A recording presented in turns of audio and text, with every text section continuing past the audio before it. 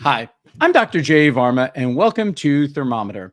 On this channel, I check the temperature of health in the United States and around the world and give you expert insights on infectious diseases and public health.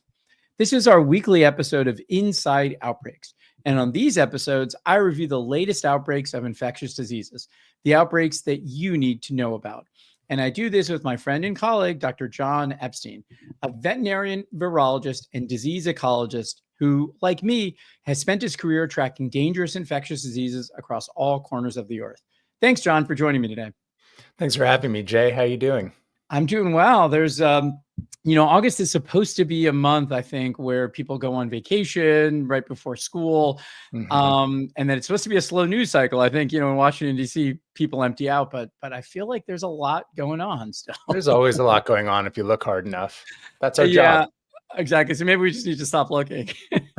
No, we need to look more. All right. What do you got for me this week? Exactly. All right. So a couple of things I wanted to catch up on, the stories that have happened over the past couple of weeks, but we hadn't gotten a chance to cover. The first is about something that's been going on in Florida, but it's important because it's not just a Florida problem. It's not just, the crazy stories about things that happen in Florida. It's a trend that's happening in other parts of the U.S. as well, too. And that is an increase in interest in drinking raw milk. Yep. So the Florida Department of Health is reporting that milk is being sold that is making people sick and might have even killed a baby. Since January 24th of 2025, the Florida Department of Health has identified 21 cases of E. coli, Campylobacter, and other stomach infections from people who drank milk that was sold by Keeley Farms Dairy, which is located in Smyrna Beach, Florida. The milk was what's called raw, which means it was not pasteurized. And of the 21 cases that have been recorded, 6 were in young children, kids under the age of 10, and 7 people are hospitalized, with at least 2 of them being classified as severe. So, Jon, let's start off with just some very basic things. What does it mean when milk is raw, and why is it potentially dangerous? Yeah. Now, raw milk is, of course, what people historically drank. It is milk straight from the udder of the animal, untreated, unheat pasteurized. And, you know, i- it's been done for a long time, but the problem is we learned that milk can have really unhealthy levels of bacteria in it when it comes straight out of the animal. And the whole point of pasteurization, the whole brilliance of the discovery was that if you treat it with heat, you can kill the harmful bacteria without really altering the milk and get all the nutrients from it. So this is why most of our milk is pasteurized. Yeah, I mean, it's the same reason we don't eat raw chicken, right? We heat it Yeah. up and Yeah. we're just trying to kill the bacteria. And I've never really had raw chicken. Maybe it tastes better in some ways, but I'd rather it taste a little bit different and not get sick. Well, it's why you see, even when you go to restaurants, you see disclaimers, right? Raw or undercooked food could Yeah. present a health risk. I mean, the reason that those words are on a menu is some people do like to eat raw food. I mean, do you eat sushi? I eat Yeah, sushi. That's raw fish. So absolutely. certainly there are some things you can enjoy raw, but we have to understand that it comes with risks. And in the case of milk, it's not every batch of raw milk, but occasionally you're going to get levels of bacteria in there that can make you sick. And that's what happened in the case here in Florida. Yeah, and let's give a little bit of background here because it's not as if this is something unknown to governments. And Florida law specifically says, and Florida is a state that has really prided itself, in the past 5 or 6 years with trying to be more libertarian, fewer government laws and restrictions. But Florida has a law that says raw milk like this can only be sold for, quote, non-human consumption. That means it's meant to be served to pets or animals. And if you sell this type of milk, dairy farms are supposed to have a label on it clearly stating that the raw milk is only for the consumption of animals. Um, but it turns out there was a mother, and her name is in the media because she filed a public lawsuit. Her name is Rachel Maddox, who is suing the farm. And she says she wasn't actually aware that raw milk is dangerous. And she bought it in June from an organic natural food store. And when she inquired about the label on the package, she claims that she was told it was just a technical requirement that if they sell farm milk, that label it that way. Right. Right. Yeah. And it turns out she was feeding it to herself. She was feeding it to her kids. And eventually, one of her young children got sick, a toddler got sick, and then she herself became ill and had a spontaneous abortion, the loss of her pregnancy at about 20 weeks old. I mean, there's three things there that are important to talk about, Jane. You can speak to this. Kids, their guts are more sensitive to bacterial infection, aren't they? So, number one, feeding something like this to her children is going to put them at greater risk because it would take an even lower dose of bacteria to potentially make them sick. But there must have been plenty in there because she also got sick, and unfortunately, it led to the death of her fetus. And so, talk about that because I think a lot of people believe that raw milk is somehow healthier, more nutritious, that there's some virtue in feeding unpasteurized milk. But, what about kids and their sensitivity to bacteria? Yeah, I mean, I think this is always the question about risk, right? If I take 100 people and give them raw milk from a specific cow, there's a pretty high likelihood that they won't get sick, but some people do get really sick. And as you mentioned, kids in particular are highly susceptible to having severe complications. And let's use just as an example, this one mother's a very unfortunate story. The first child in her family to get sick was a toddler. And that toddler developed two of the most severe complications that you can get from an E. coli infection in your stomach. One was something called hemolytic uremic syndrome. This is basically where the E. coli infection releases a very dangerous toxin that can basically cause your blood pressure to go out of control. You're essentially what's called toxic, septic. But even worse, your kidneys shut down, and you may require being on a dialysis machine, an artificial kidney, or even require a transplant at some place. So that was one complication. And then the other complication this child had was something called intussusception, which is, we think of it like the Mm. way a telescope is, where you have an intestine that's long, but one piece of the intestine slides into the other one. And that's Yep. because some part of the intestinal wall gets damaged. So yes, as you point out, kids are at very high risk. And this one story of this woman losing her pregnancy also highlights the danger to young children as well. Yeah. And so people may not realize, but you may wonder, so E. coli, right? That's a bacteria we associate with feces, with our gut. And how does it get into milk? Milk comes out of an udder, that should be different. But if you think about a farm situation where cows are, standing around, they're defecating onto the ground and they do get sometimes feces on their legs.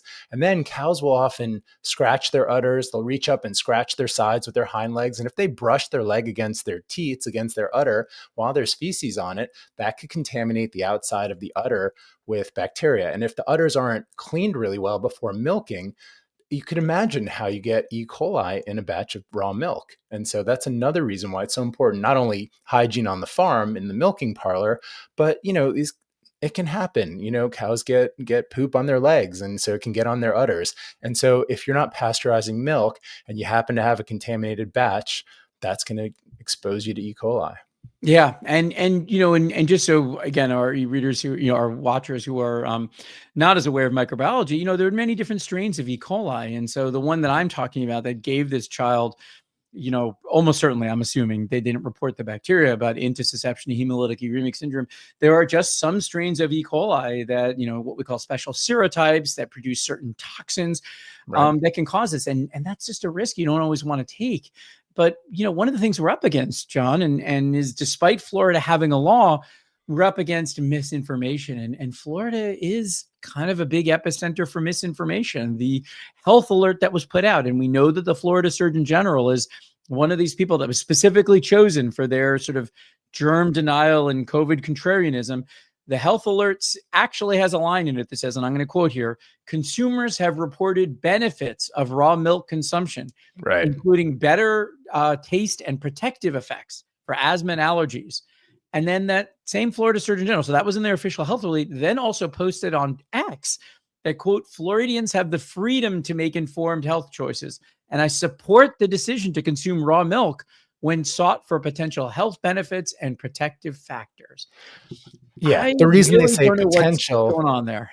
Yeah, like when you cite consumers have reported, that's basically saying there's anecdotal evidence. People believe that there are health benefits to raw milk, but I don't think there are any studies to really support that. Pasteurized milk is very healthy. It's fortified with vitamins. It's got protein in it, and it has been consumed by people for generations quite safely. And there's certainly no health detriment or anything lost in the pasteurization process. So this is another example of an alternative belief that's being put out there as some kind of fact-based, evidence-based fact that I think is misleading. Yeah. And just to say where I sort of land in the world of these things is, I've always believed that, public health only functions when it represents the values of the community that you exist in. And so if you live in a community where people have very strong libertarian values and believe that government regulation should be minimal, I am okay with people in those communities making those decisions for themselves and allowing, for example, people to buy raw milk from stores and things. But then you can't then turn around and use product liability law to sue people for things, because the reason government exists is to basically ensure a basic level of safety. And so you have to kind of make a decision. You're either for government regulation or you're against. And then obviously there are gradations of this. But I worry that, when you see a lawsuit like this, on the one hand, you have people that want the freedom to buy everything, but on the other side, they're not willing to take the risks that come along with them. They want to hold people liable for it. Well, right. It comes back down to informed choice, with informed being the operative word here, and making sure that there's accurate information out in the public domain so people can really understand the risks they're taking. Correct. Yeah. And again, I think there is a middle ground of regulation where you simply allow it to be sold in some of these communities and you label it and give people proper information. I am okay with that. I guess what really bothers me, though, however, is when a health official for the state comes out and says that I support people consuming it. You can be in favor of a libertarian approach to public health and not support people. You can say, as a doctor, I recommend that you do not do this. But as a public official, I support your right to choose. Well, but what's funny, Jay, is, if we extend this to our whole food supply, for all other kinds of foods, when we find bacterial contamination, let's talk about ground beef. If there's an E. coli, if E. coli is found in, a pallet of ground beef that's sent out to supermarkets, there's a big recall, and it's usually noticed when someone gets sick. They try to pull all that product off the shelf. There's a big information campaign warning people. And so it's funny that it's a bit inconsistent that we're really careful about monitoring raw food and noticing when there's bacteria. But here we have raw milk. There was a bacterial infection, and they don't seem to be recalling raw milk off the shelves because people got really sick from it. In fact, an unborn child lost its life there. So, where do you draw the line in terms of public safety when it comes to food? Yeah, but I think in this situation, there is a law on the books that they weren't supposed to be selling it. So, and I don't know, I haven't followed up and closely enough to figure out, is it the farm? Is the store that's selling it? Is there any regulatory action? But I don't know. And I think the message to everybody out there is be aware of the risks out there. I hope, again, I'll say kind of what I just said a moment ago. As a physician, I recommend that you do not drink raw milk. I think pasteurized milk has all of the benefits that cow's milk has with none of the harms. But that if you are somebody that does choose to do this, you're going to have to do it very carefully and with your eyes and your guts open, including the possibility that you might get really bad diarrhea. Good message. All right, Jon. So let's now move on to a topic that I know is near and dear to your heart. As we discussed, we're still in the summertime here in the United States, and people are going to great, tourist locations. So, Jon, have you been to the Grand Tetons in Wyoming before? No, I have to admit, I am fairly poorly traveled within the U.S. My whole life and career has been spent with international work. And I have been to national parks in the U.S., and they're amazing and gorgeous, but I haven't been to Grand Tetons yet. Well, I think you need to go, Jon, okay? Because it turns out that Grand Teton National Park may have discovered a very large bat colony at a very famous tourist lodge or hotel there. Since June 2nd, the Grand Teton Lodge Company has received 8 reports of guests who may have been exposed to bats in their rooms while staying at what's known as the Jackson Lake Lodge. So the Wyoming State Health Officer said that bats may have been in the room since the tourist season began in May, because the big tourist season is in the summer months, which has had more than 200 guests there. Okay, so Jon, we have a hotel at a major tourist destination in a national park where hundreds of guests have been staying there, and there are bats in the lodge. Should guests be concerned? Well, Right. So why would there be bats in there? First of all, these are most Well, they like likely national parks, don't they? They like to yeah, see the bats sights. like bats were living there first is the bottom Exactly. line, and probably had been in that lodge for a while undetected. And I think that's part of the story is obviously the owners of the lodge didn't realize that bats had moved in. And these are species of bats that typically would live in caves, but it's not uncommon for bats to find their way into buildings, right? We've all seen that bats in the attic.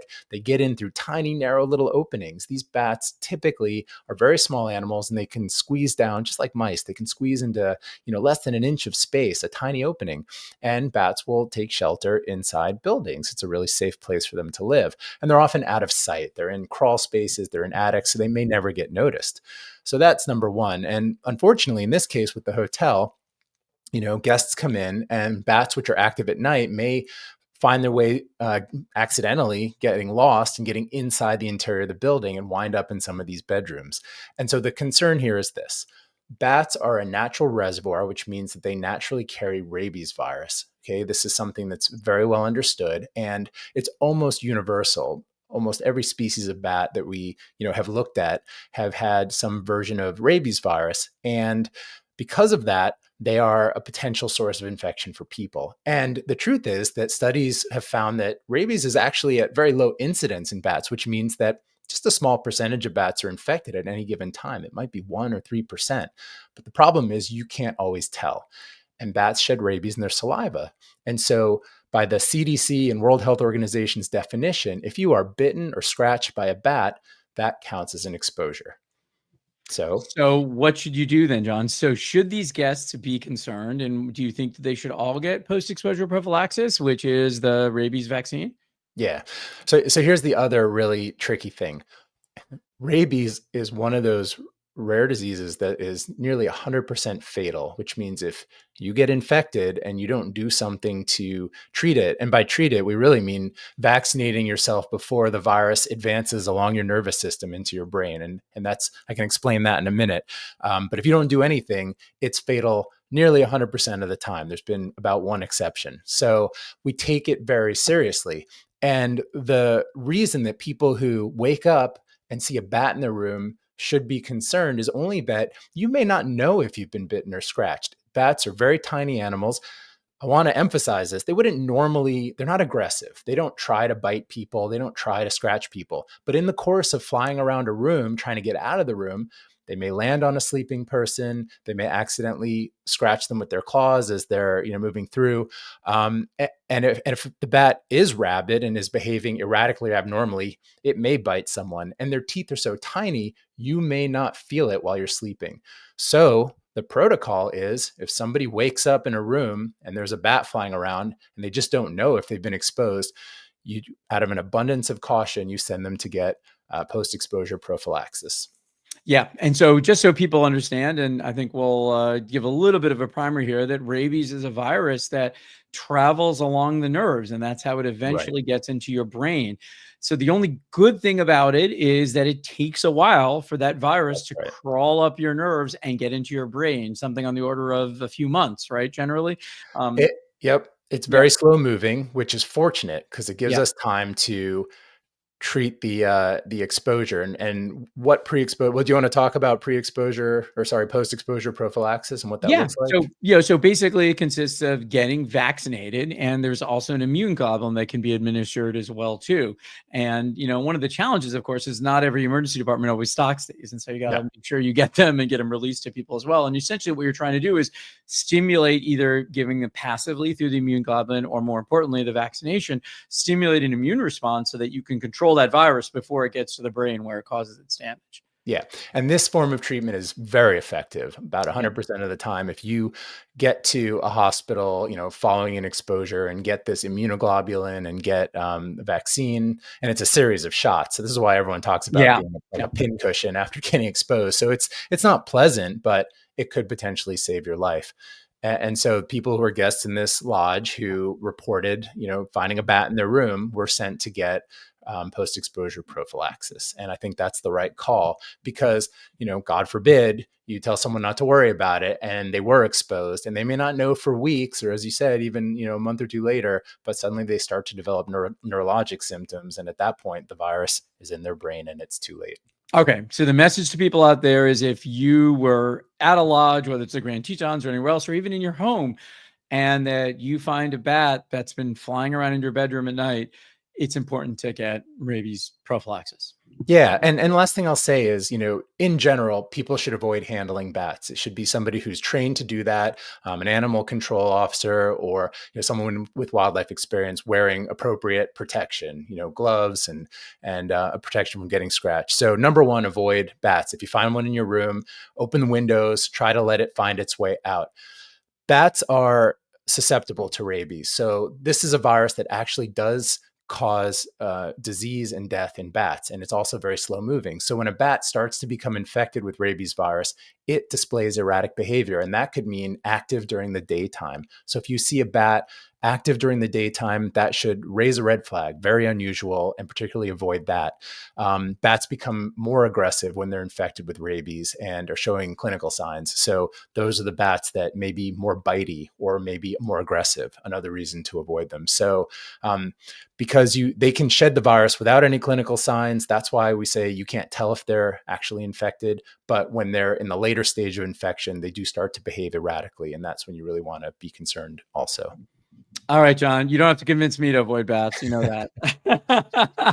Look, we have an disclaimer, episode all about bats. amazing animals, very And important, but we should admire them from a distance. exactly. And we'll link people to the episode about bats. That we Yeah, have. that's right. Back to our episode about bats, so you can hear me Exactly. gush about how awesome they are. Okay. All right, Jon. It's great catching up with you this week You about too, Jay. outbreaks. If any of you out there enjoyed this episode, if you enjoy public health, infectious diseases, please hit the like button. Please hit subscribe, comment, ask us questions. That engagement really helps us as well, too. And we'll see you back here next week for another episode of Inside Outbreaks. Be well.